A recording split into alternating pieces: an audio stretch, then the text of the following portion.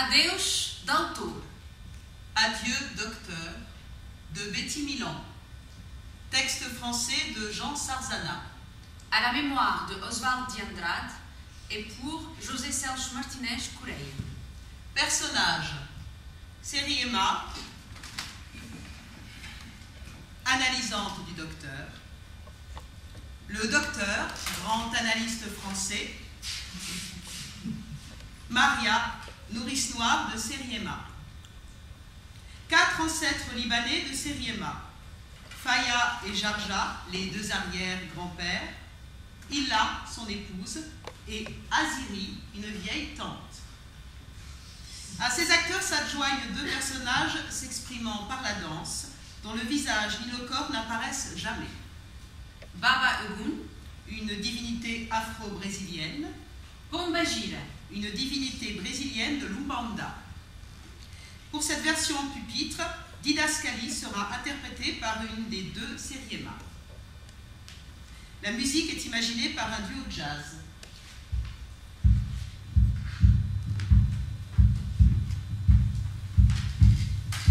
Acte 1, scène 1. Le rêve de Seriema. Scène de nuit. Une plage du Brésil sous la lune.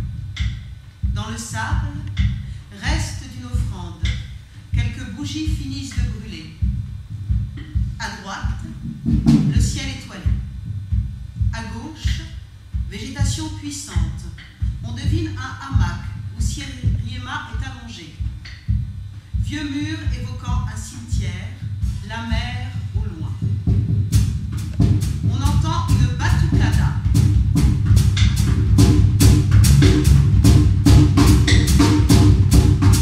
Elle envahit peu à peu le théâtre.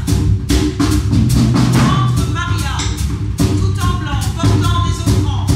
Elle s'avance jusqu'au milieu de la scène, s'arrête devant le cercle de bougies. ô toi, maîtresse du feu et de ses corolles, ô bel ange incendiaire, déesse de la séduction, aide-moi, regarde-moi, aide Maria, use de ton pouvoir, conduis-moi à cet homme que je désire.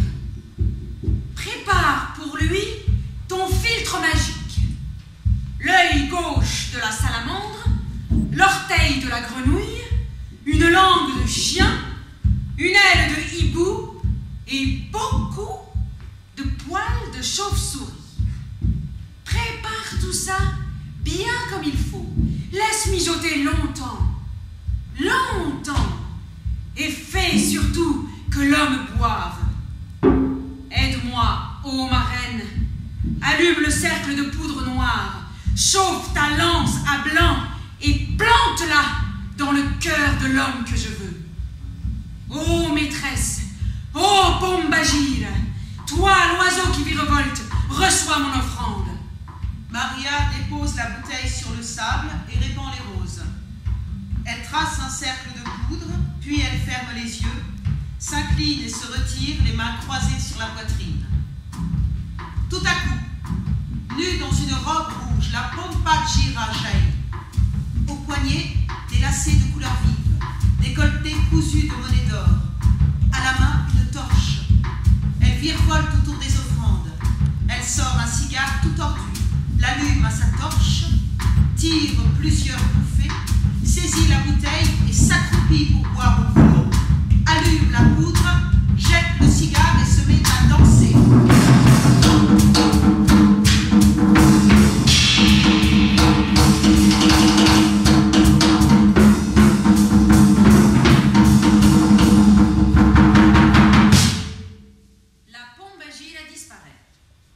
Seriema apparaît à l'intérieur de son propre rêve. Pieds nus, elle s'approche de Maria. Maria, qui est cette femme de feu? C'est la Pombagira, Seriema. Une divinité de l'Umbanda. C'est elle qui sépare les époux. C'est elle qui unit les amants. De minuit à l'aurore, elle recueille les offrandes qu'on prépare pour elle sur la plage, dans les rues de la ville. Elle aime bien les carrefours, On y trouve souvent des offrandes la nuit, et aussi la pierre des tombes dans les cimetières. La Pombagira est toute puissante, Seriema. Il n'est pas de maladie qu'elle ne puisse guérir. Quand la terre est pour elle comme un tambour et qu'elle danse les bras grands ouverts, elle est capable d'arrêter un enterrement et de réveiller le mort. Sa robe est rouge, la couleur de la passion. La couleur de l'appétit, Seriema. Chaque jour, la Pombagira boit dans 7 bistrots et s'occupe avec 7 maris, tous différents. Je voudrais danser comme elle. Je voudrais être puissante et libre. Mais pour cela, il me faut ne pas être qui je suis. Comment ça, ne pas être qui tu es? Je veux dire, ne pas être né dans une famille de tradition arabe. Mieux vaut être descendant d'esclaves comme moi. Ma grand-mère est morte de syphilis parce qu'elle était esclave. Sais-tu qu'autrefois, au Brésil, quand les enfants des Blancs naissaient syphilitiques, le traitement consistait à les faire allaiter par des femmes noires? Ma grand-mère a nourri un enfant syphilitique. Elle a attrapé cette saleté, elle a perdu la raison et elle est morte. Elle n'avait pas 25 ans.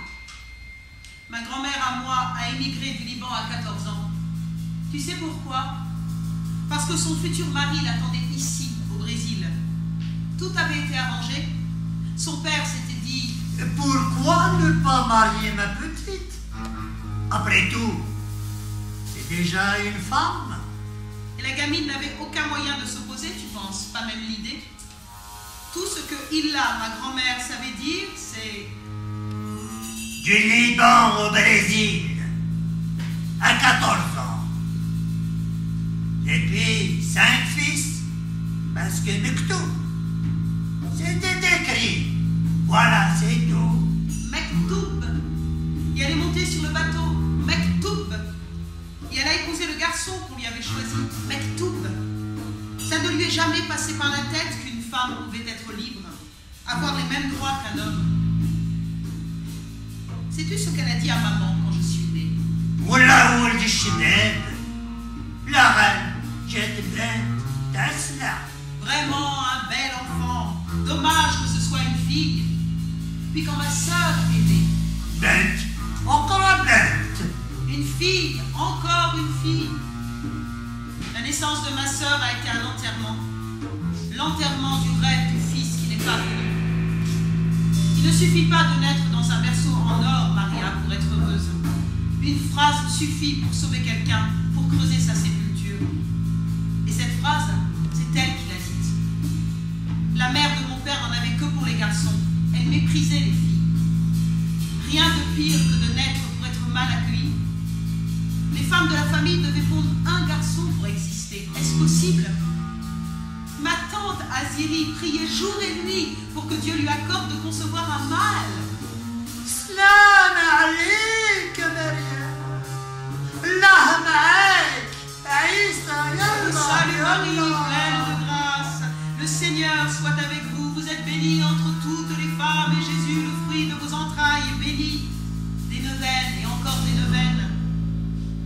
Elle traversait toute la ville à genoux pour obtenir de mettre au monde un fils. Elle tricotait et brodait des petits chaussons de laine. Elle cousait des chemisettes en soie, bleu ciel, bleu marine, bleu roi, pour bien recevoir le prince. Pendant 9 mois, elle ne demandait qu'une chose au ciel, un homme. Peut-être que tu n'es jamais tombée enceinte de peur d'avoir une fille. C'est bien possible. Quoi qu'il en soit, c'est affreusement humiliant. Encore une fille. Notre Père qui est aux cieux, donne-moi un fils. Et comme si ça ne suffisait pas, mon grand-père Faya, le père de ma mère, a laissé un testament qui a fait exploser la famille. À ses fils, il a légué la part du lion. Mais aux femmes, juste ce qui restait des rogatons. Il a humilié ses filles. Il a laissé ses héritiers s'entre-déchirer. Faya a quitté le Liban pour échapper à la guerre, mais c'est une autre guerre qu'il nous a laissée ici en héritage. Une guerre entre ses enfants. Il les a livrés à la haine, à une torture pire que l'enfer. Comment oublier Allah? Les chrétiens massacrés par les Druzes? Comment oublier Dar el-Kama? Il parlait tout le temps du massacre des chrétiens par les Druzes. Ils étaient tous chrétiens dans ma famille. Il parlait des femmes éventrées, des enfants qu'elles attendaient retirés de leur chair à la pointe du sabre. À la pointe du sabre? Oui, Maria. Les Druzes profanaient les églises. Ils faisaient leurs besoins par terre. Ils urinaient dans les vases sacrés. Ils piétinaient les saints catholiques. Ils sont allés jusqu'à trancher les doigts des prêtres. Un carnage. Mon Dieu, Sériema, est-ce possible? Ce sont les guerres de religion, Maria. Ça ne s'est jamais passé ici. Non, pas ici. Mais à cette époque, le Liban appartenait à l'Empire ottoman. Le grand-père courait le risque de devoir servir dans l'armée turque, l'armée de l'ennemi juré. Peux-tu imaginer? Il a émigré par refus de la guerre. Mais une fois ici, au Brésil, quand il a partagé ses biens, c'est la tradition arabe qu'il a appliquée. Tout pour l'homme. Il a été injuste et la famille s'est déchirée. Ma mère a été humiliée, mes tantes. Puis-je avoir la nostalgie de mon enfance? Non. Non, ça suffit. Cette histoire me rend folle. Je n'en peux plus. Je m'en vais. Mon Dieu, Sériema, mais où vas-tu? Vers le seul endroit où doit aller une femme qui est mal née, qui ne peut pas avoir d'enfant, même si elle est parfaitement normale. Vers le divan. Enfin, le divan de l'analyste. L'analyste? La seule personne qui peut m'aider, Maria, c'est l'analyste. Et celui que je veux voir, c'est le plus grand. J'ai déjà lu plusieurs de ses livres. Mais tu ne veux pas demander son aide à la Pombagile? Non, Maria. Il faut que je fasse une analyse. En France. Pourquoi si loin? Et ton mari? C'est fini, Maria. Je vais me séparer. Tu vas te séparer? Il veut un enfant.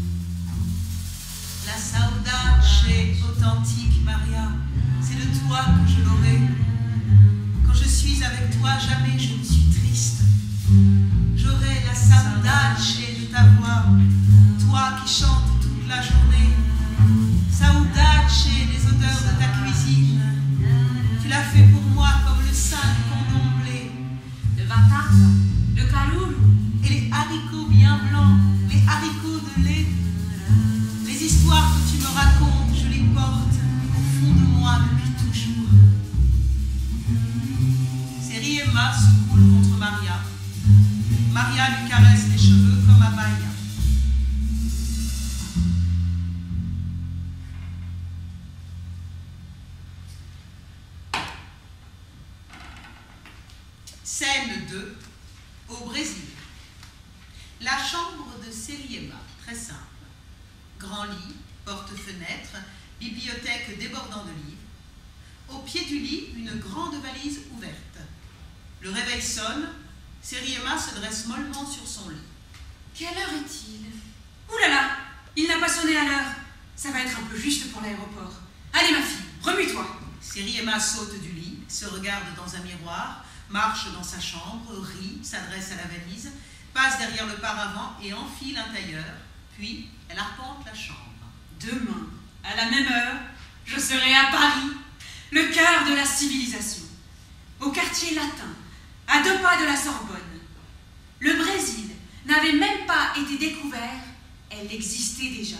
Elle organisait des cours et des séminaires et formait des docteurs. Elle se met du rouge à lèvres. Des vrais! La Sorbonne, le Panthéon, les droits de l'homme. J'ai la sauvage de Paris depuis que je suis née. De la Seine et des bateaux-mouches, de la Tour Eiffel et des tours de Notre-Dame, où le bossu se jetait sur la cloche, les jambes ouvertes, et se balançait dans le vide. Comment s'appelle-t-il déjà? Ah oui, Quasimodo, l'amoureux d'Esmeralda. Elle esquisse un pas de danse. Et cette île Saint-Louis que chante Édith Piaf, je veux la connaître. Marcher sur les quais le long de la Seine, visiter le Louvre, voir la Vénus qui n'a plus de bras, la Vénus de Milo et la Joconde. La Grèce, l'Italie, Léonard de Vinci, Paris a tout. Tout est à Paris. Et c'est même là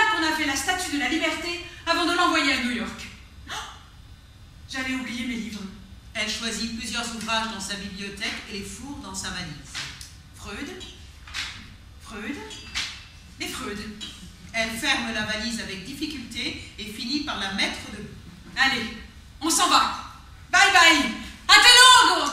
Elle enfile un bonnet rouge comme un bonnet phrygien, empoigne sa valise et la traîne vers la porte comme une enclume en chantant « Les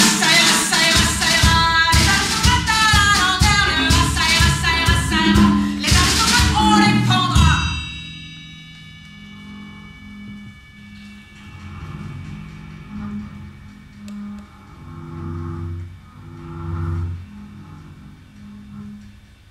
Scène 3. Paris. Une chambre d'hôtel, mobilier classique. Au mur, une croûte représentant Montmartre. Seriema est assise à côté de sa valise encore fermée. Elle se lève et pratique en silence un massage dans la région lombaire. Ici, personne ne vous aide. Le chauffeur de taxi qui ne comprenait rien. Il a fallu lui montrer l'adresse écrite, rien que parce que je disais « rue » au lieu de « rue ». Elle essaye de dire « rue », mais sans y parvenir. Pour prononcer leur « i », il faut d'abord mettre sa bouche en cul de poule et puis pousser un espèce de mugissement. Et pour faire le « e » alors, ce « e » qui n'est ni un « et », ni un « ä », ni un « ä », vous devez serrer vos lèvres, faire comme si c'était un bec. Le bec de la poule, le cul de la poule, toujours la poule. Je vais faire la poule et la langue viendra toute seule. Elle se plante devant le miroir en faisant des rues et des e, s'amuse beaucoup, puis s'arrête épuisée. Quelle soif! Je vais demander une Coca-Cola. Est-ce qu'ils ont ça ici? Elle prend le téléphone et fait un numéro. Alors? La réception? Je peux avoir une Coca, s'il vous plaît? Vous voulez quoi? Une Coca! Comment? Ah, je vois, vous voulez dire un Coca! Excusez-moi, le bar est encore fermé à cette heure-ci. Obrigada. Comment? Desculpa. Pardon. Merci. Elle raccroche. Le bar est fermé. Et si tu ne dis pas Coca au lieu de Coca, et si tu ne changes pas le genre du mot, ils ne comprennent pas. Ce n'est pas une Coca, c'est un Coca. Que faire? Et puis, il faut que j'appelle le docteur. Est-ce qu'il va me comprendre, lui? Où est ce numéro? Seriema cherche son carnet d'adresse dans son sac et après une petite hésitation, elle appelle. Allô? Bonjour, madame. Le docteur, s'il vous plaît. Qui le demande? Seriema. Qui? Seriema. Du Brésil. Du Brésil. Du Brésil. Un instant, s'il vous plaît. Allô? Oui. Bonjour, docteur. C'est moi, Seriema. Je suis arrivée. Comment? Je suis arrivée du Brésil. Je suis déjà à Paris. Oui, alors? Eh bien, je suis là pour l'analyse. Pour mon analyse. Avec vous. Je veux vous voir. Alors venez demain, 5 heures. Le docteur raccroche. Seriema le combiné dans la main. Elle fixe le téléphone. Venez demain, 5 heures, et c'est tout. Il a raccroché. Pourquoi? Je dis je suis à Paris, et je suis là pour l'analyse, et mon correspondant raccroche. C'est étrange. Vous traversez l'océan pour rencontrer votre analyste, et votre analyste vous raccroche au nez. C'est pourtant vrai que j'avais dit je suis là, et je veux l'analyse. Seriema repose le combiné. Mais oui! Ce qui compte, c'est ça. C'est uniquement ça.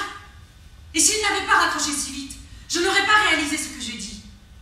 Je n'aurais jamais écouté le je suis et le je veux. Le fait qu'il ait raccroché comme ça est une interprétation. À sa manière à lui, bien sûr. Ça doit être ce qu'il appelle la ponctuation. L'essentiel est dit, donc, point final, salut. Ne perd pas son temps, le docteur. 2 phrases, une séance. Je crois que j'ai compris. Venez. Venez demain. Venez. Elle met la radio. On entend genre Edith Piaf chantant Panard. Paris, pour faire la fête, pour célébrer l'existence. Jusqu'à demain, 5 heures, je ne veux voir personne. Je ne suis là que pour Paris. Elle danse. Voilà.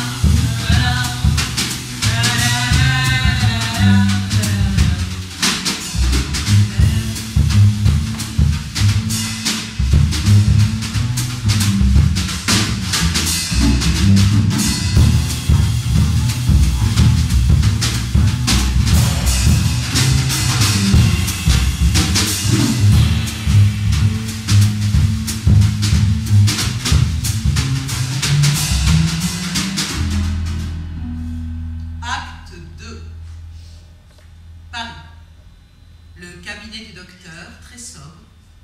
À gauche, 2 petits fauteuils. À droite, dans l'ombre, le divan. Derrière, un grand fauteuil. Le docteur et Seriema sont assis face à face, chacun sur un petit fauteuil. Scène 1. Le docteur fixe Seriema, le regard perdu. Dites, je vous écoute. Je vous ai écrit plusieurs fois pour avoir ce rendez-vous. J'ai traversé l'océan pour faire cette analyse. Et maintenant, vous êtes là, je suis là, et je ne sais pas quoi dire.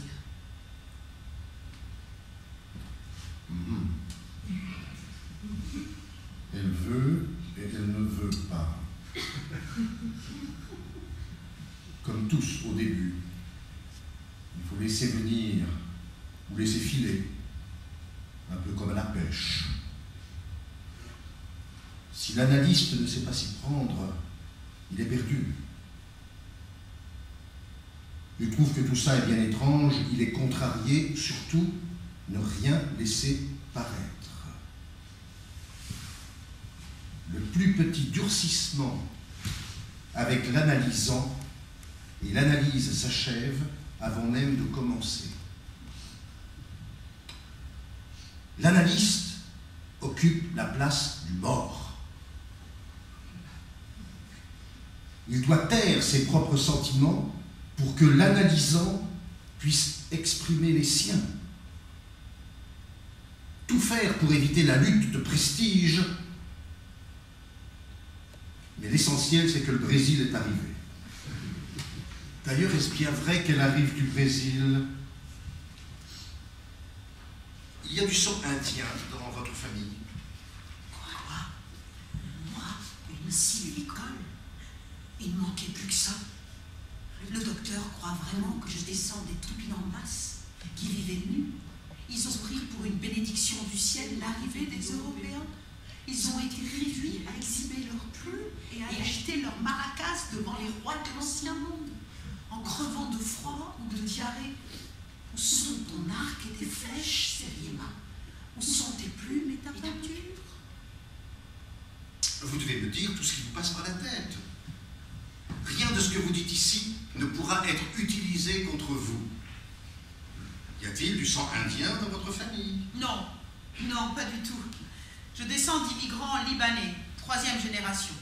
Chrétiens maronites des 2 côtés, celui du père et celui de la mère. Désolé, rien à voir avec les Indiens. Intéressant. Intéressant. Parce que vous ne savez pas ce que ça veut dire être traité de turc quand on est une petite fille. Cette histoire est aberrante. Les ancêtres ont fui le Liban pour échapper à l'Empire ottoman. Pour échapper à l'Empire ottoman. Au divan, si j'ose dire. En arrivant au Brésil, on les a pris pour des Turcs et ils ont perdu leur nom à la douane. Qu'est-ce que ça pouvait bien faire de trafiquer le patronyme d'un futur colporteur, d'un moins que rien? J'aurais préféré descendre de Brésiliens de souche. Ne choisis pas ses origines. Au Brésil, les ancêtres n'ont pas eu la vie facile. On les a même traités de comégite, mangeurs d'enfants. Mangeurs d'enfants? Le père de mon père était colporteur. Il vendait toutes sortes de marchandises dans les faubourgs de São Paulo. Et les gens étaient effrayés rien qu'à l'entendre parler. Regarde, le Turc, le mangeur d'enfants. Il s'appelait Jarja. À cette évocation, pur fantasme de Seriema, Jarja apparaît. Le docteur ne voit pas Jarja, il est plongé dans l'ombre, dès que l'ancêtre entre en scène, et ainsi tout au long de la pièce.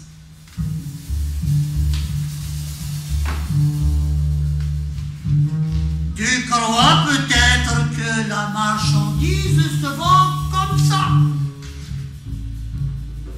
Quand on transporte son bazar de ferme en ferme, une tonne d'aiguilles, d'épingles, de soie, de laine, des peines, des branches, des boutons, et des épices, et des parfums, le monde sur le dos. Et celui-ci, il me fait tout dérouler. Il ne prend qu'un petit mètre de tissu. Et celle-là,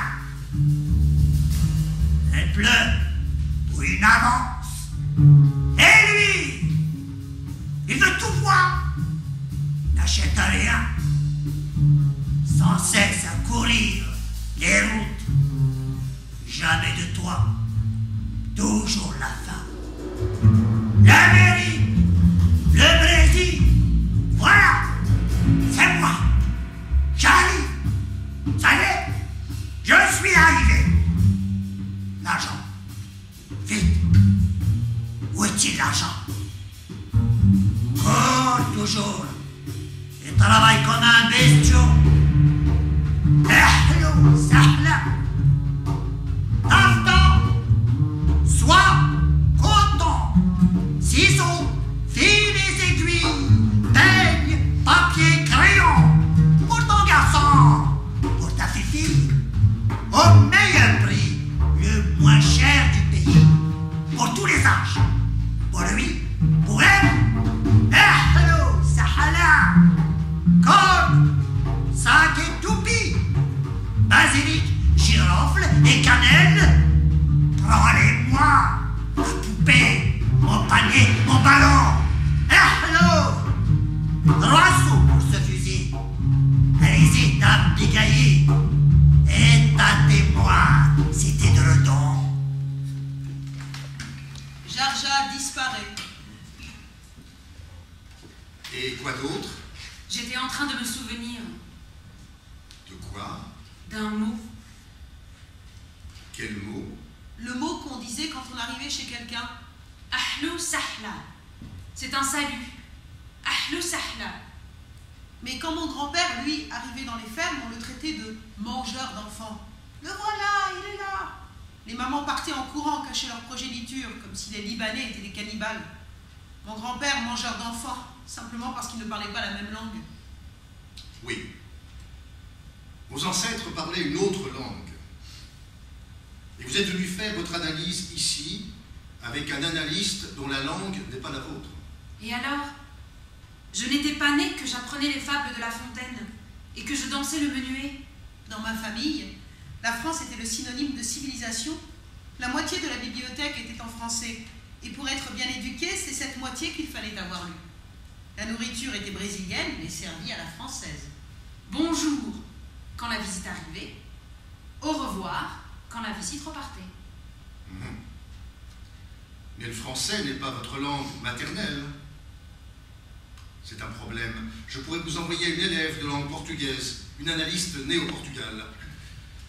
Vous voulez m'envoyer au Portugal? Non, Moi? portugaise qui vit à Paris. Une portugaise, c'est hors de question. Pour un prego sandwich, ils disent un Prego. clou. Et si on leur parle d'une Broche. ils comprennent une Broche. Fellation. Impossible de lui faire le plus petit compliment sur sa broche. Non, non, pas la portugaise. Eh bien, Inconcevable. Si mon analyste, ce n'est pas vous, je repars tout de suite pour le Brésil. Ce soir. bon.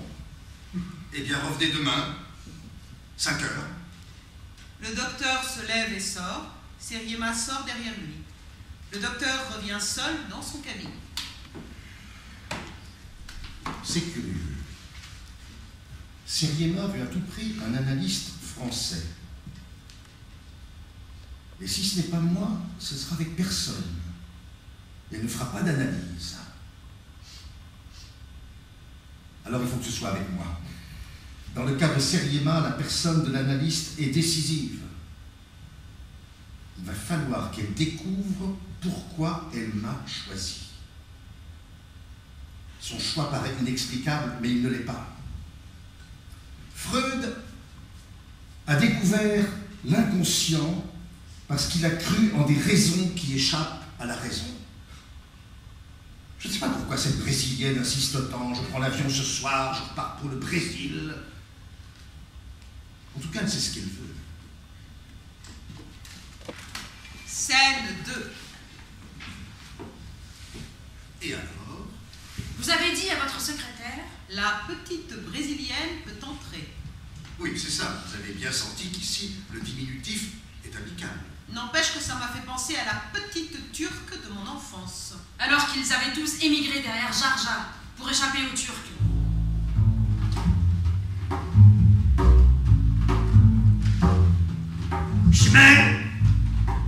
Ishmael? Ne marche pas là, chrétien. Va à gauche, on t'a dit. J'ai émigré à l'autre bout du monde, loin, très loin du Turc, pour ne plus jamais entendre ces soldats me crier « Ishmael à gauche, marche à gauche !» Vivre chez moi, à la merci du Turc, être enrôlé dans ses armées pour faire sa guerre qui n'est pas la mienne, m'a fait devenir un étranger dans ma ville. Je savais bien que j'allais goûter le fruit amer de la nostalgie. Je savais que le cèdre allait me manquer. Il me fallait choisir entre vivre ailleurs ou mourir chez moi. Et quoi encore? Dites-moi. Mon grand-père me racontait qu'au Liban, Un chrétien devait toujours marcher sur le côté gauche de la rue. Le côté droit lui était interdit. S'il lui arrivait de marcher à droite, la police criait « Ishmael, Ishmael !» et lui tombait dessus. C'était largement suffisant pour lui faire quitter le Liban. quant à moi, je ne sais pas vraiment pourquoi je suis en France, pourquoi j'ai quitté le Brésil. Vous ne savez pas. C'est vrai que ma mère adorait la France. Elle disait « La langue française, c'est comme une musique pour mes oreilles. Si je pouvais, Seriema, je vivrais à Paris. » Ma grand-mère s'y plaisait tellement. Tout chez elle venait de France. Les meubles, les rideaux, les bibelots, la vaisselle, l'argenterie, la moindre petite cuillère était française. Si elle avait pu, ma grand-mère aurait échangé les palmiers du jardin contre des marronniers. Leur idole, c'était Louis XIV. Louis XIV, l'idole de qui? De ma grand-mère, de maman. Je vous ai dit qu'elles adoraient la France. Et moi, qu'est-ce que j'ai à voir avec tout ça? Je me le demande. Je ne connais personne dans cette ville. Pas un chat. Je suis une étrangère, même pour les statues. Qu'est-ce qui explique que je me retrouve ici, à 10 000 kilomètres de chez moi? C'est vrai que vous avez quitté votre pays, votre foyer, les gens de votre famille. Un véritable arrachement. Comme si vous alliez découvrir l'Amérique, si j'ose dire. Brusquement, le docteur se lève. Seriema se lève aussi. C'est 200 francs. Comment? Pour la séance. Vous prenez toujours ça? C'est ce que vaut votre séance avec moi. Seriema règle la séance et sort. Resté seul, le docteur s'assied à droite dans le grand fauteuil. Pour la mère, la France était synonyme de civilisation. La grand-mère aurait remplacé ses palmiers par des marronniers. Et elle se demande pourquoi elle est en France. Le désir est le désir de l'autre, jusqu'à ce que le sujet puisse dire non. Mais le vrai non est une conquête difficile. Et seule l'analyse permet d'y arriver. Le désir de Seriema, c'est celui de la mère et de la grand-mère et peut-être même de l'arrière-grand-mère. Elle est venue ici pour elle. Mais ce n'est pas que ça. Il faut qu'elle vienne ici jusqu'à découvrir pourquoi elle a choisi un analyste dont la langue n'est pas la sienne. La notoriété n'explique pas tout. Un si grand arrachement d'un continent à l'autre, du Brésil vers la France. Scène 3. Seriema est assise dans un des petits fauteuils, debout, lui faisant face, le buste légèrement incliné. Le docteur a les yeux rivés sur le pendentif qu'elle porte au cou. Dites-moi. Non, je ne peux pas. Pourquoi? Si vous restez là à me dévisager, comment voulez-vous que je vous dise quelque chose? Qu'est-ce que vous avez là autour du cou? Cet œil en verre? Oui, l'œil. C'est un fétiche. Peut-être, je n'y avais jamais pensé. Après m'avoir pris pour une femme des bois, une primo-forestière, il me prend pour une fétichiste. Où suis-je? Et quoi d'autre? C'est vrai que je ne sors qu'avec cet œil, avec le corps fermé, comme dit Maria. Le corps fermé. Ça veut dire protégé contre le mauvais œil, contre l'envie ou la jalousie des gens. Et qui est Maria? C'est ma nourrice noire. C'est elle qui m'a élevée. Et c'est elle qui me manque le plus ici. C'est vrai, l'œil est une amulette que Maria m'a donnée. Amuleto. Un fétiche, comme vous dites. Sans lui, je ne vis pas. Vous ne vivez pas. Disons que je vis très mal. C'est ça. Je crois dans la magie. Je n'imaginais pas ça. Je ne pouvais pas l'imaginer. À l'évocation de Maria, celle-ci apparaît à Seriema. En dansant, elle lui parle sans leçon et elle répète en portugais. Quero quê? Quero homem só pra você? Costura os olhos no sapo. Costura. O homem fica cego da paixão. Não tem mulher. Não tem nada. Não tem filho que segure. Dites-moi, ma chère. Maria me racontait des histoires de magie. Elle me disait que pour séduire un homme, il faut coudre les yeux d'un crapaud, les coudre pour rendre l'homme aveugle. Oh, C'est normal que je croie dans la magie, non? J'ai été élevée avec les histoires de Maria. Le docteur se lève, Seriema règle la séance et sort. Le docteur reste seul. Seriema n'avait pas conscience de sa croyance. Il a fallu traverser l'océan, il a fallu rencontrer un analyste français pour s'en rendre compte. Peut-être qu'aucun analyste brésilien n'aurait remarqué le fétiche. Simplement parce que son côté étrange lui aurait échappé. Là-bas, porter une amulette doit être affreusement banal. Quand on ne se surprend pas, on écoute sans entendre. On regarde sans voir. Si Freud ne s'était pas laissé surprendre par le lapsus, il n'aurait pas découvert ce que signifie une chose lorsqu'on veut en dire une autre. Il n'aurait pas découvert l'inconscient. Scène 4. dites-moi, Si je pouvais. pourquoi vous ne pouvez pas? Je ne suis pas ici pour vous censurer. Ça ne me serait même pas venu à l'esprit, sinon je ne serais pas là. Alors dites, Je ne peux pas exprimer ici ce que je voudrais dire. Est-ce que vous comprenez Si je vous parle de Lubanda, de la Pombagile. intéressant. Vous ne trouvez pas que c'est étrange? Certes. Intéressant, certes. Et quoi encore? Encore. Je ne sais pas ce qui m'oblige à continuer à faire une analyse en français. Dans votre langue, je ne trouve pas le mot, il n'existe pas. Quel mot, ma sœur? Saudade. Moi, je n'existe pas sans ce mot. Oh, Et si ce n'était pas vous, je ne serais pas ici. Je n'aurais pas autant de saudade. On me dit Bonjour. et mon pays me manque. Bon dia. Maria me manque.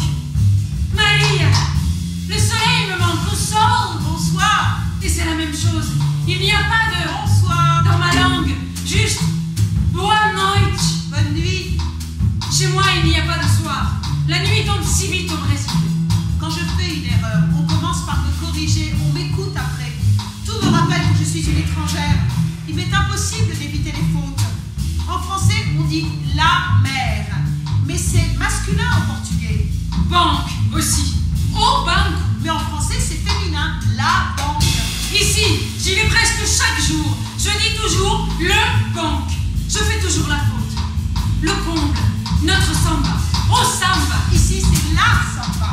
Tout est à l'envers. Oiseaux, palmiers, fruits, papillons sont devenus masculins. En français, même le ballon a changé de sexe. Mais qu'est-ce que je fais là?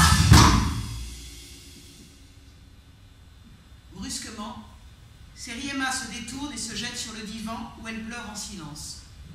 Dans le même mouvement, le docteur se lève et va s'asseoir dans le fauteuil derrière le divan. allons, allons, ma chère, ne soyez pas désolée. Seriema se calme. Le docteur reprend avec ampleur. Vous l'avez conquis, ce divan, et de façon magistrale. Maintenant, il est à vous. Bien, à demain. Seriema retrouve sa sérénité. Elle s'assoit bien droite avant de se lever. Le docteur se lève à son tour. Seriema règle et sort. face-à-face est fini. Seriema n'a plus besoin de me regarder. Elle peut s'allonger. Elle peut rester à l'écoute d'elle-même.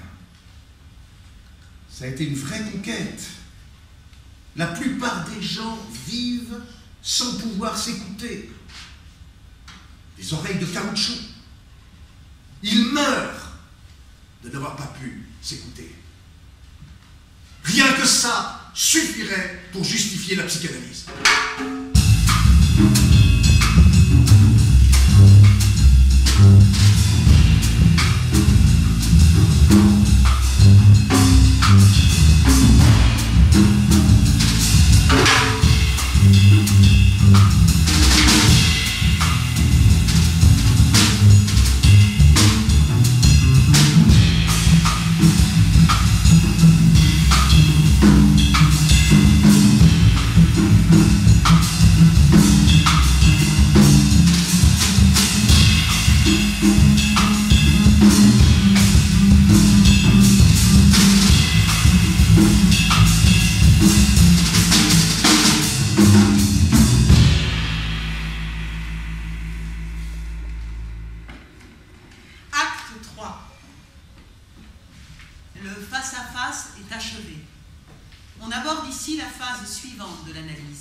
Où l'analysante passe du fauteuil au divan.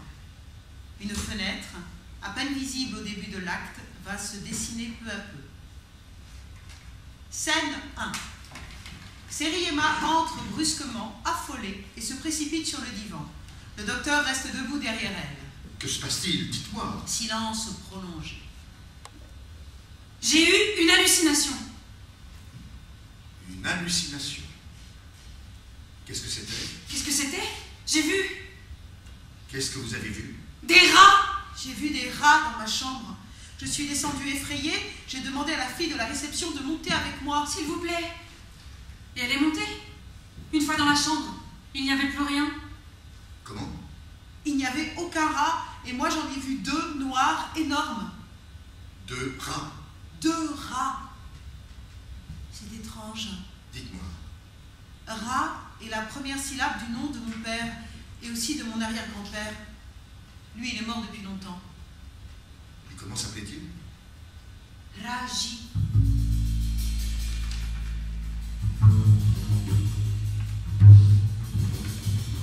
Raji. Raji, mon père. Tu voulais l'Amérique pour qu'aucun des tiens ne risque la mort pour sa foi, pour que tes enfants puissent honorer leurs saints, vivre en paix et enterrer leurs morts. Tu voulais traverser l'océan, mais tu n'as pas pu. Tu es mort pendant la traversée et on a jeté ton corps à la mer dans un drap en lisant des versets de la Bible. Adieu, adieu, qu'Allah ikoum ma'ak. Le jour de ta mort, dans ton village de la Beka, 10 hommes ont été fusillés sans jugement. Ils savaient que le Liban serait livré au mal. Et puis? Raji, mon arrière-grand-père, est mort après 10 jours de mer. On a jeté son corps par-dessus bord. C'était pour éviter la peste. Raji n'est jamais arrivé au Brésil. Si, Seriema. Il y est arrivé. Autrement, vous ne seriez pas là à me parler de lui, comme vous faites. Mais jusqu'à aujourd'hui, je n'en avais jamais parlé. Comme je n'avais jamais prononcé le nom de mon père dans mon enfance. Il s'appelle comment, ton papa? Robert. Des fois, je disais Richard. Jamais je n'aurais tué Raji. Pour ne pas me faire traiter de petite turque. Elle couvre son visage de ses mains. L'important, ma chère, c'est que vous soyez en train de parler.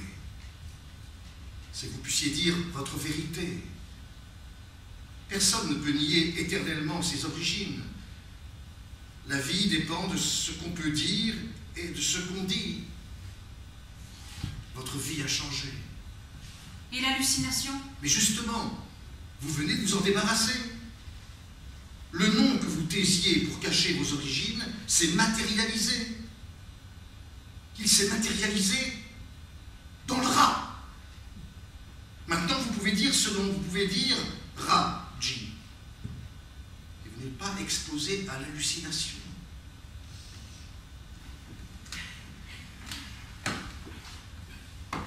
C'est horrible de ne pas pouvoir s'accepter comme arabe, juif, noir, de ne pas pouvoir être qui on est.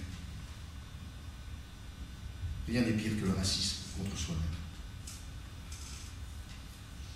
De ça, Seriema s'est guéri, j'en suis sûr.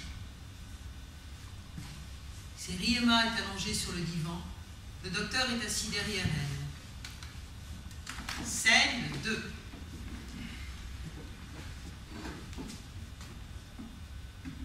Cette nuit, j'ai fait un rêve.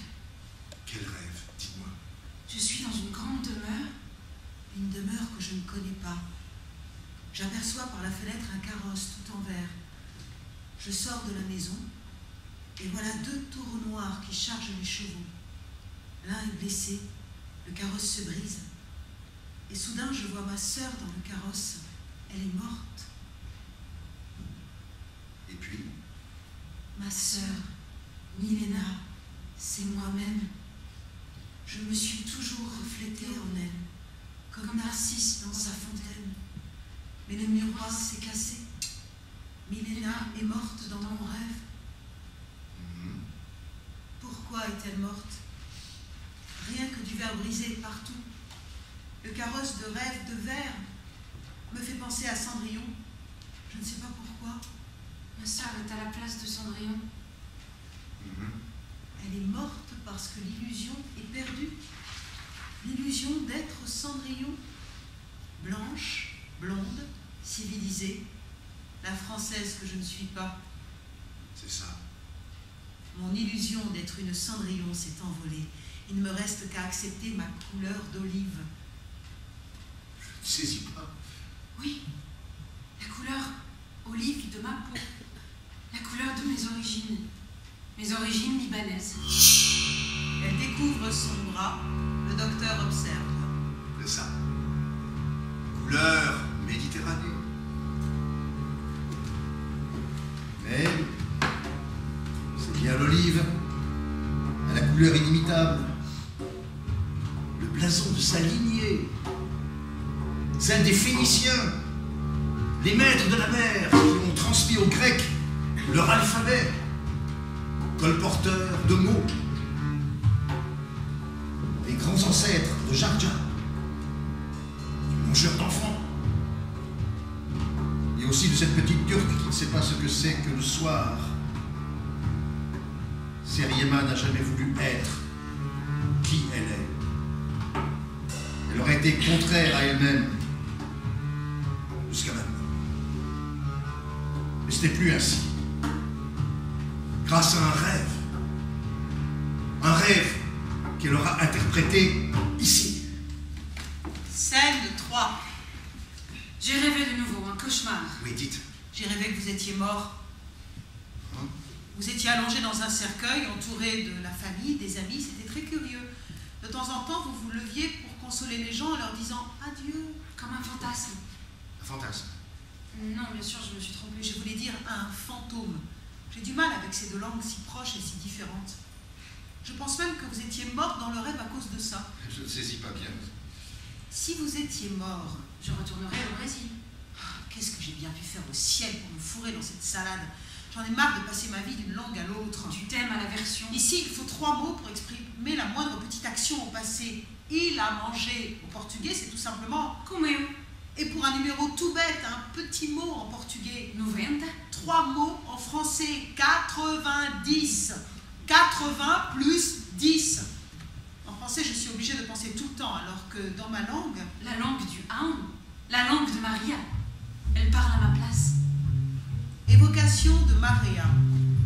Maria et Seriema se disent un poème. Escravatura.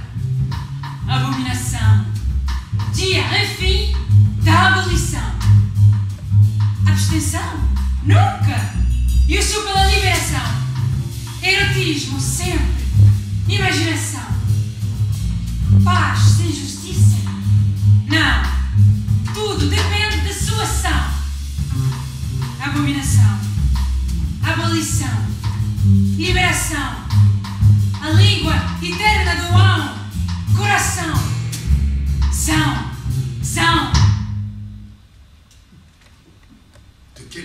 parlez-vous? La langue du... du... Pan, du... corazon. Ah. Le pire, c'est que ce n'est pas tout qui peut être traduit. Je ne sais pas traduire les proverbes français. Lesquels? Pour un Français, ventre affamé n'a point d'oreille. Chez moi, les oreilles les plus expertes pour la musique sont celles des plus pauvres, les oreilles qui crèvent la faim. Le samba est né dans la favela. Et que dire du proverbe, le soleil brille pour tout le monde. À Paris, je ne le vois jamais. Vous avez raison. Elle a eu une hallucination. Elle s'est souvenue de Raji. Et elle parle de la couleur de sa peau comme de la couleur des origines. Seriema a fait un grand pas en avant. Mais maintenant, elle a rêvé ma mort. Je sais bien que cette histoire de la langue est sérieuse. Elle ne finira pas son analyse tant qu'elle ne saura pas pourquoi c'est moi qu'elle a choisi.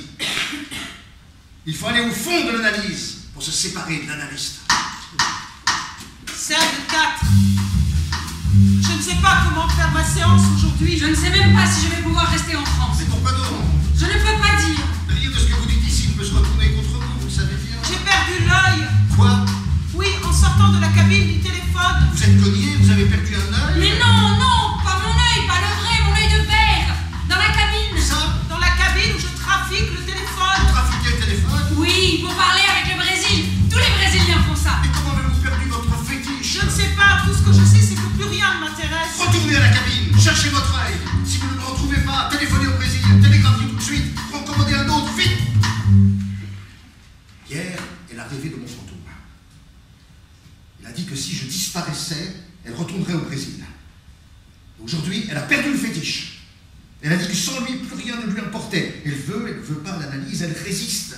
Mais sans le fétiche, elle ne résistera pas. Et c'est pour qu'elle fasse son analyse que je suis là. Vas-y, cherche, téléphone, remue-toi. Surtout ne pas rompre. Primo, non, rompere. Continue à tout prix. S'il faut que j'agisse comme un père de saint, eh bien, pour qu'elle puisse comprendre, je serai un père de saint. L'analyste est un acteur qui fait semblant de ne pas jouer.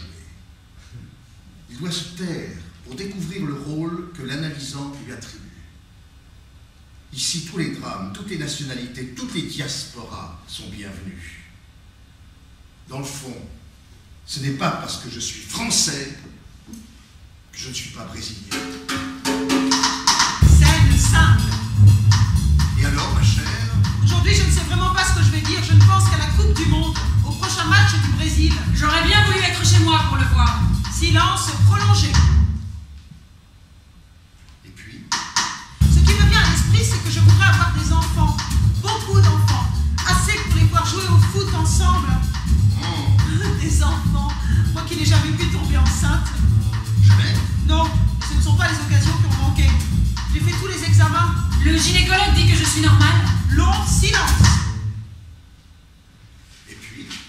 Je ne tombe pas enceinte parce que je ne m'imagine pas le père de l'enfant. N'imaginez pas le père. Non, le père, je ne peux pas l'imaginer. Je suis l'aîné de la famille, l'homme de la famille dans la tradition arabe. Si j'occupais la place d'une femme, j'aurais pu imaginer le père de l'enfant. Mais cette place, je ne la veux pas. J'allais passer ma vie à attendre qu'un mâle dans mon ventre me donne ma raison d'être, comme mes tantes. Un garçon, nous Jésus, un garçon. Non. Jamais. Restez allongé. Vous avez fait un grand pas. Vous avez découvert la raison pour laquelle vous ne pouvez pas tomber enceinte. Maintenant, vous n'êtes plus l'homme de la famille. Vous n'êtes pas non plus une femme comme votre mère, vos tantes. Désormais, vous êtes vous. Toutes les femmes naissent promises à la maternité. Seriema, elle, doit la conquérir comme un droit. Elle doit se libérer du piège de la famille. Et qui n'a pas besoin de s'en libérer? C'est dans la famille que peuvent naître les haines les plus profondes. Trop de contraintes, trop de mandats. Tolstoï disait que toutes les familles sont malheureuses, mais elles ne le sont pas de la même manière. Et il savait de quoi il parlait. Scène 6. Dites. Encore un rêve. Je ne sais pas si ça vaut la peine de vous le raconter, vous n'y comprendrez pas grand-chose. Allez-y toujours. Bon. Bon, j'y vais. J'ai rêvé du Egoun, du Baba Egoun. Baba ne veut pas dire père en arabe? Si, Baba veut dire père en arabe. Le Egoun, c'est l'esprit ancestral d'un culte qui existe en Afrique et au Brésil. Un esprit capable de guérir. La cérémonie est secrète. Un jour, Maria m'a emmené, j'ai assisté au rituel. Et le rêve? Le Egoun est apparu avec son masque. C'est comme s'il avait un carton sur la tête. Des fils bariolés qui pendaient partout. Et des coquillages sur tout le corps. Il dansait d'un pied sur l'autre. On aurait dit que sa voix sortait d'une cave. Et puis, il s'est mis à dire mon nom. Apparition spectaculaire. Le Egoun porte un masque carré, avec un trou pour respirer et un petit filet cousu d'où partent des lanières bariolées. Son corps est couvert de brisures de noix, de miroirs et de petits coquillages. Il se balance sur place puis articule d'une voix rauque. Série Emma. Série Emma. Et puis, Amy Emma. Amy Emma. il disparaît. Qu'est-ce qu'il a dit, le écho? C'est Emma. Emma. Et puis, il a répété Amy Emma. Amy Emma. Amy? Emma? Emma, c'est bien ça? Oui, Emma.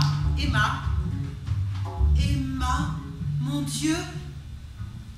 Qu'est-ce qu'il y a? Emma veut dire mère en arabe. Le Egoun m'a appelé Emma. Le Egoun m'a appelé mère. Le Egoun m'a appelé mère. Je m'appelle Ser-I Emma. La première syllabe de mon nom, Ser, C'est le verbe être en portugais. être mère.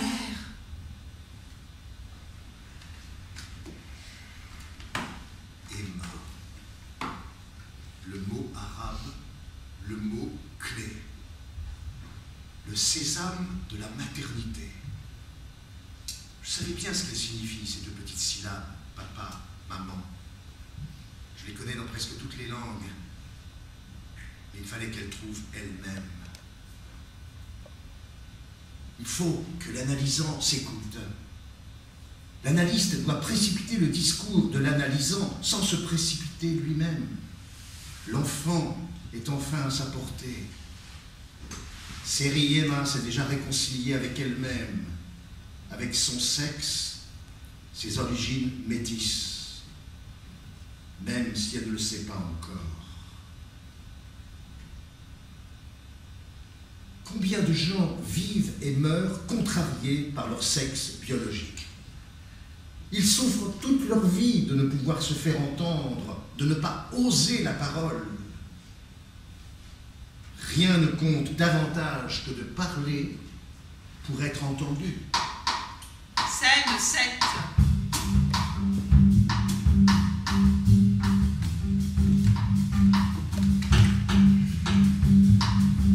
Ce qui me reste maintenant, c'est me moquer de tout ça, rire de mon sort, écrire pour m'amuser une satire sur mon histoire. Vous l'écrirez? Peut-être. Je peux rire de moi, mais des autres. Quoi encore? Ce n'est pas facile de dire ce que j'ai à dire. Je crois bien que c'est l'heure de rentrer chez moi, au Brésil. Non, restez là. Je ne peux pas être comme cet analysant qui a laissé toute sa fortune dans son analyse. Et de fait, je n'ai plus rien à dire. À demain. Ce que je dis ne vous intéresse pas. Il n'y a que ce que je n'ai pas dit qui vous intéresse. C'est vrai. Qu'est-ce qui peut bien intéresser un analyste, sinon ce qui n'a pas encore été dit? Et ce qu'il faut encore dire. L'analyste doit faire parler l'analysant. Série Emma résiste. Elle a peur d'être surprise par quelque chose qui lui échappe et qu'elle ne s'attendait pas à dire. Toujours l'analysant résiste pour ne pas avoir à changer. Série Emma dit qu'elle n'a plus rien à dire, mais on ne sait toujours pas pourquoi elle m'a choisi pour analyste.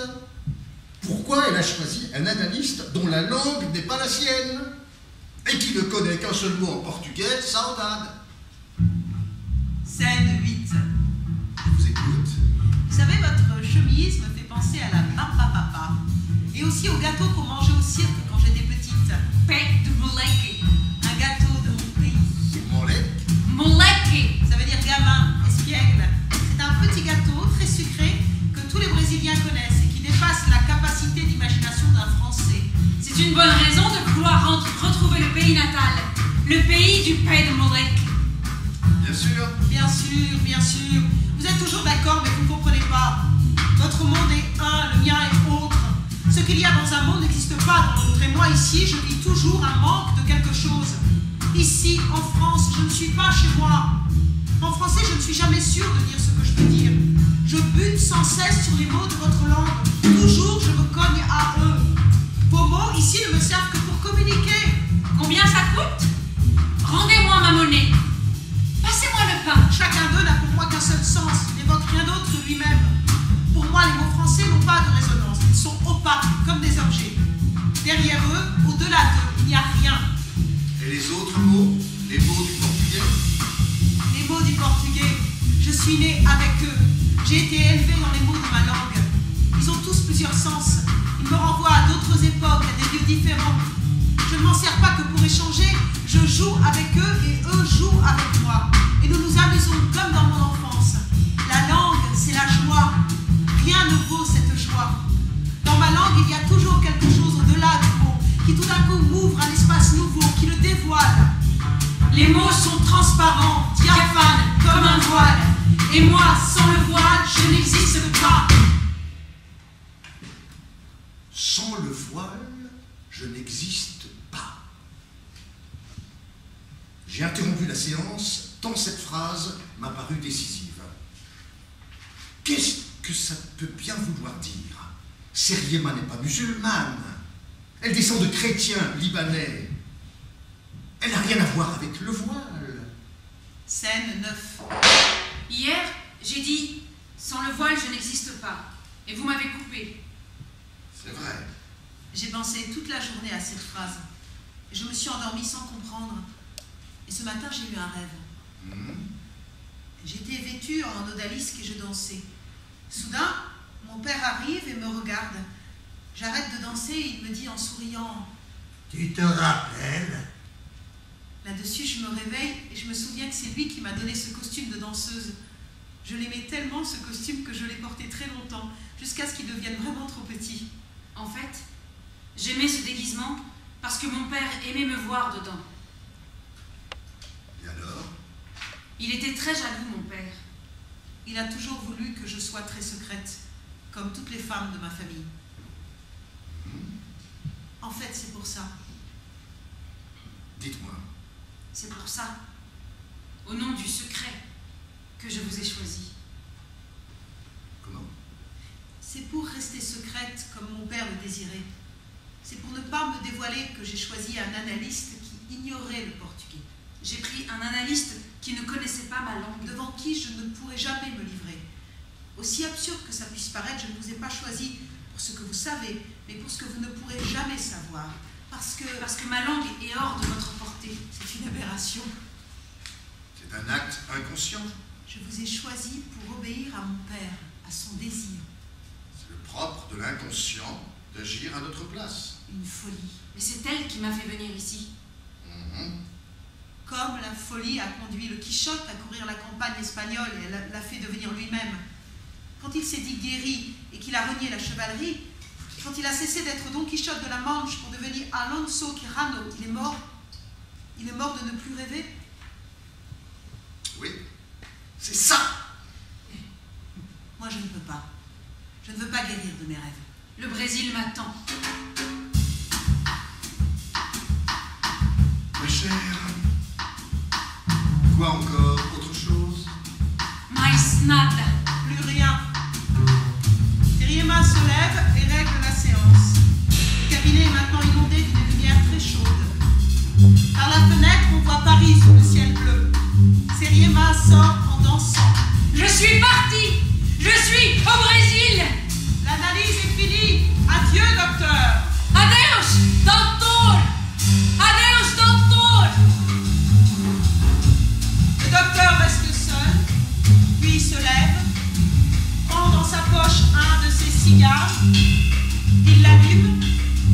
quelques bouffées avec délice, relit en silence son dernier article pour l'âne.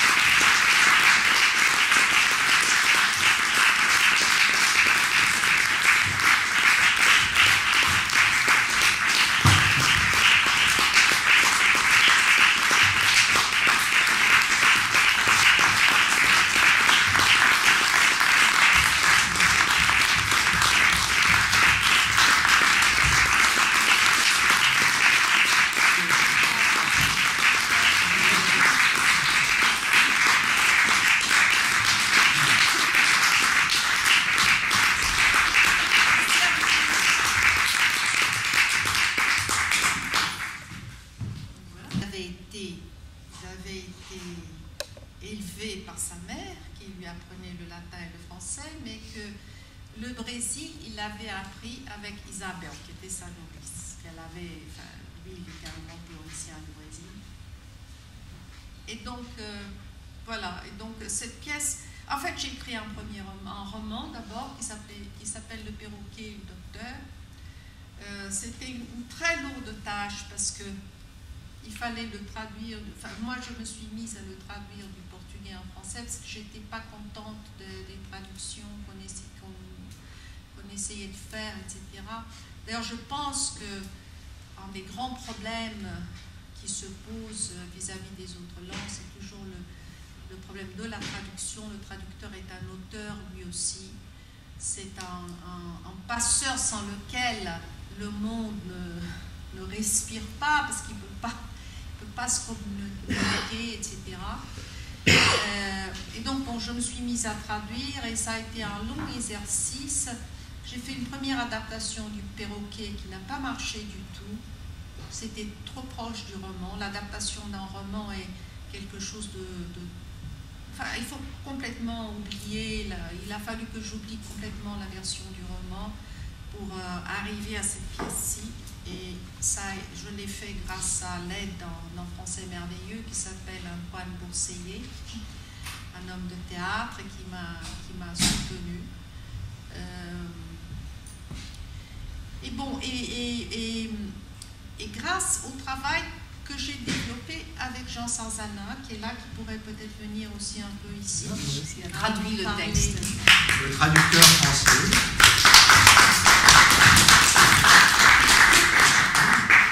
On a développé ensemble, il en parlera un peu plus, mais on a développé une manière de traduire qui est un théâtre de la traduction. C'est-à-dire que je m'assois bien loin de lui pour ne pas déranger, pour ne pas interférer, et je dis le texte en français. Je mets le texte brésilien en français. Il fait le script. Et puis après, il le réécrit à sa manière. Et puis après, dans un troisième temps, on confronte les deux versions. Et voilà. Alors Jean pourrait peut-être dire un peu ce que ça signifie. Oui, il y a peu de choses. Simplement, vous mesurez la difficulté qu'il y a à traduire un texte de Betty compte tenu de la qualité du français qui est le sien. Puisqu'il y a 30 ans qu'elle est en France et elle parle un choix de mots et elle leur donne un relief que d'ailleurs souvent les étrangers, quand ils parlent bien notre langue, donnent bien davantage que nous-mêmes. Donc ça a été une expérience très, très enrichissante. Mais moi, ce qui me frappe dans la pièce, enfin dans l'expression de ce soir, c'est effectivement la profondeur de champ que tu as réussi à donner à ce texte, parce que, bon, moi je le découvre ici sur cette scène, après l'avoir traduit avec Betty, et j'y ai vu des choses que je n'y avais pas vues. Et je suis très heureux que l'acteur qui joue le docteur lui ait donné autant de relief. Vraiment, j'ai trouvé ça absolument magnifique. Ainsi que les petits décalages, les petits jeux, la batterie et la basse qui donnent un écho un peu en fond de décor. C'est vraiment ça, on ne peut pas, quand on écrit, le papier est pauvre de ce côté-là. Et là, c'est toute la richesse du théâtre. Et vraiment, ça m'a beaucoup plu. Merci. Enfin, merci infiniment, parce que en plus, il fallait être, je me disais, mais il fallait être folle pour écrire cette pièce, et il fallait être fou pour l'avoir mise en scène. Et bon, c'est vraiment, c'est Jean-Luc et Louise qui sont eux aussi de manière merveilleuse. Et Carole et Juliette. Mais ils ont accueilli la pièce parce qu'ils sont eux aussi biculturels. Certes. Ça, voilà. Alors, juste une question, donc avant de passer à vos questions, question sur, à laquelle tu n'as pas répondu, mais tu as l'habitude de pas répondre aux questions. Donc, quand est-ce que tu l'as écrit?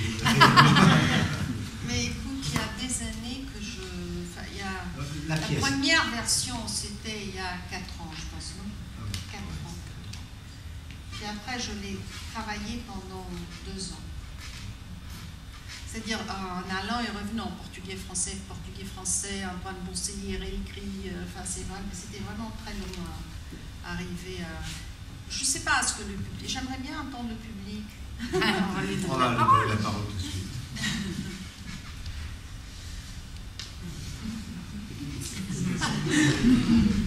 On va attaquer tout de suite la deuxième question. On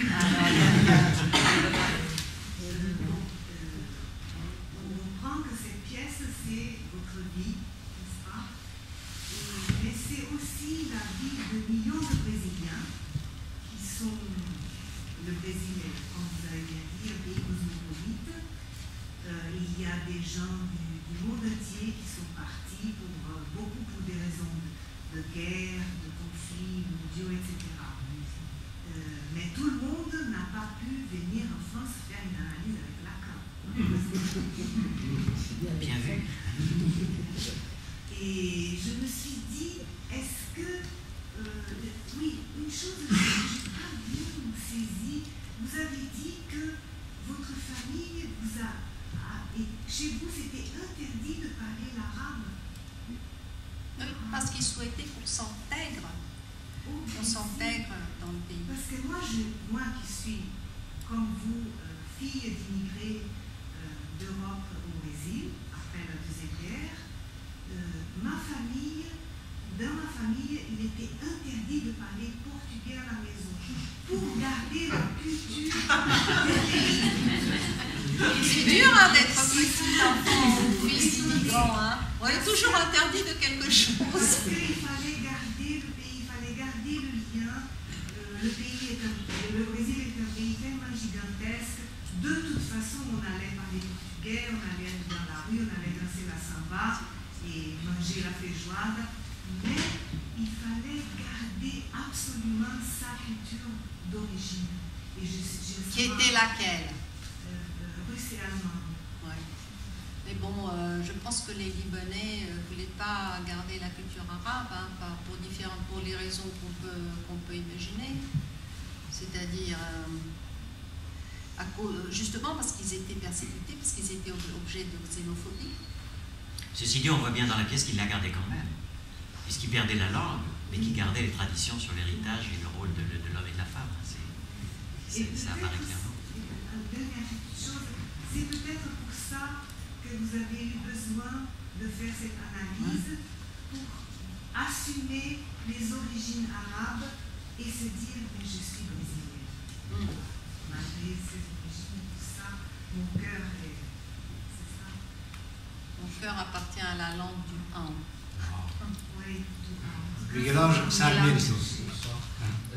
Est-ce que vous avez eu envie, et est-ce que j'ai presque envie, permettez, de vous demander si vous avez eu le courage de faire une analyse en brésilien, puisque vous nous dites ici dans la pièce que choisir Lacan, ou choisir en tous les cas de faire une analyse dans la langue qui était éloignée quelque part, c'était un moyen aussi de ne pas aller à fond dans le... Alors est-ce que depuis vous avez eu envie, est-ce que voilà, est-ce que... Oui, j'ai fait une courte analyse, comment on appelle ça, une tranche avec une brésilienne. En brésilienne. De Bahia, du pays de Maria. Et est-ce que vous avez retrouvé votre langue maternelle qui est arabe? Est-ce que vous l'avez retrouvée? Est-ce que vous la retrouvez sur ce parcours? Est-ce que vous allez jusque-là?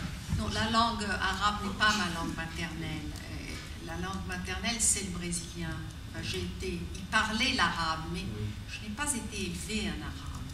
Il y avait juste des mots que je connaissais. Il y a sûrement le rythme qui a façonné ma relation avec le portugais, qui m'a donné une relation très poétique aux langues en général. Enfin, j'ai beaucoup de mal à écrire de la prose. Enfin, c'est le poème qui vient. Cela est très oriental. Et est-ce que vous avez eu envie de vous mettre à l'arabe, justement, pour le retrouver de manière plus didactique, et que ce soit une réappropriation de... Je ne sais pas encore. Ça fait venir. Madame? J'ai été interpellée par la pièce parce qu'à un moment, vous parlez donc de la souffrance du fait que l'on vous qualifiait de turc alors que vous aviez une origine libanaise. Et je me suis retrouvée dans cette souffrance puisque je suis berbère et on nous qualifie systématiquement d'arabe. Et ça, c'est en Europe, en France en particulier, les personnes originaires d'Afrique du Nord, beaucoup d'Algériens ou de Marocains en France, on les qualifie systématiquement d'arabes. Et la plupart des personnes originaires de ces pays sont berbères, même si arabophones.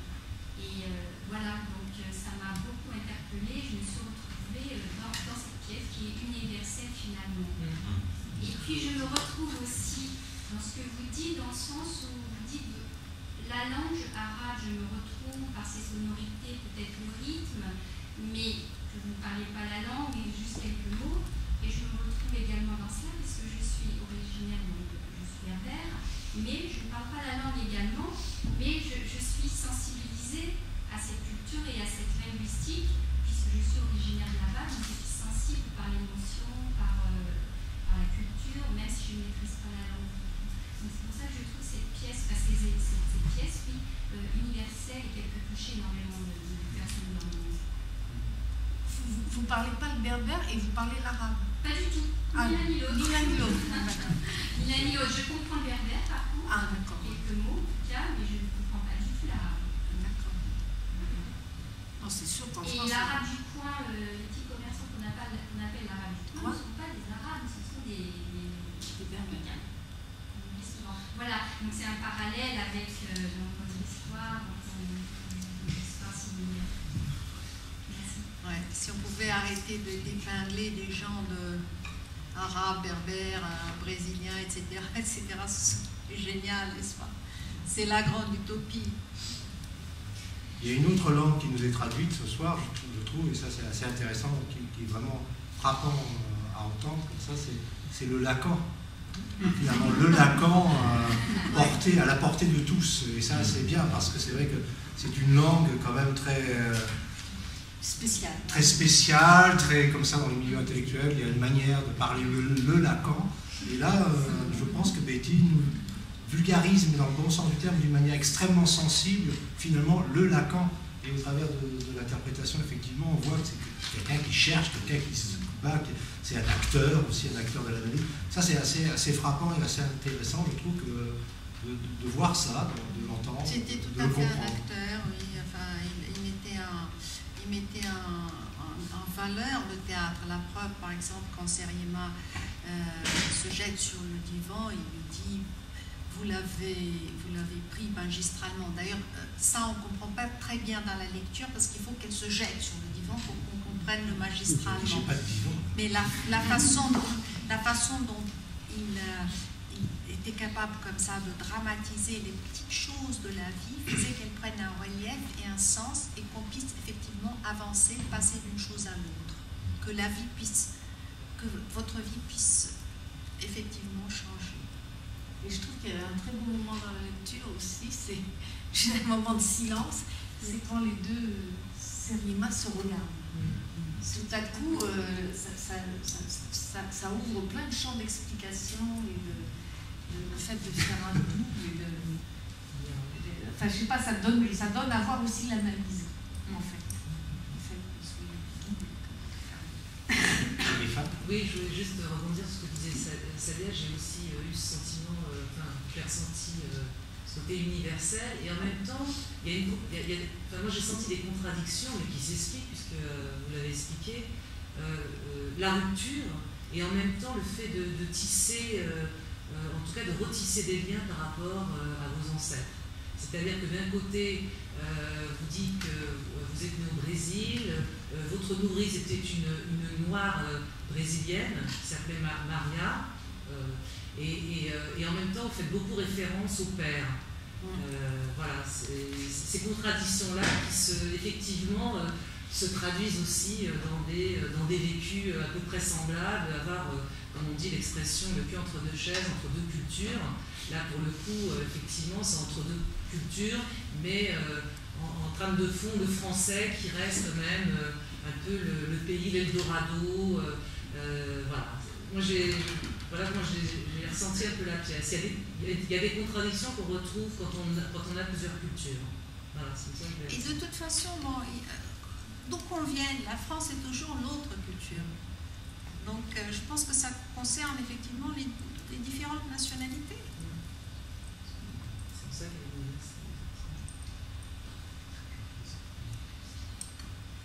Une question? Pas une question, mais vraiment j'ai été extrêmement touchée à partir de tout ce que vous nous avez apporté dans cette pièce, de voir ce soir la structure même des générations se vivre, se sentir là comme si elles étaient là à portée de main, la structure des générations, évidemment la structure des langues qui se créent de notre au fur et à mesure, et puis le miroir de Sérima, le miroir d'elle et des mères et des femmes dont elle parle, et voir tout ce que, effectivement, peut-être un peu autrement, mais qui est là présent et qu'on a l'impression de toucher.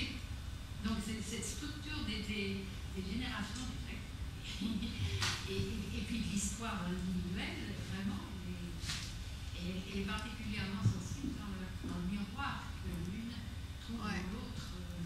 C'est un personnage double, effectivement, et lui, il a su très bien mettre ça en scène. Et puis, il a réussi. Moi, j'avais une certaine peur que le personnage du docteur ne soit pas suffisamment fort parce que finalement, on a affaire à un docteur immense. Après Freud, c'est lui. Et lui, il a réussi à vraiment, grâce à l'interprétation de François. C'est pas facile de jouer ce rôle, je pense. Ça a été facile.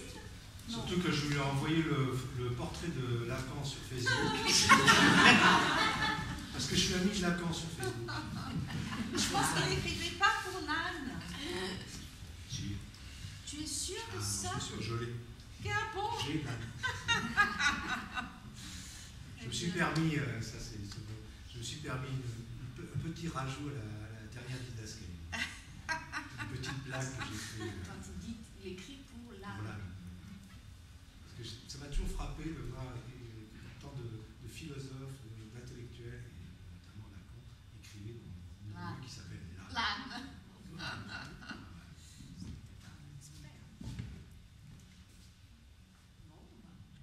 Merci on va continuer autour d'un petit verre.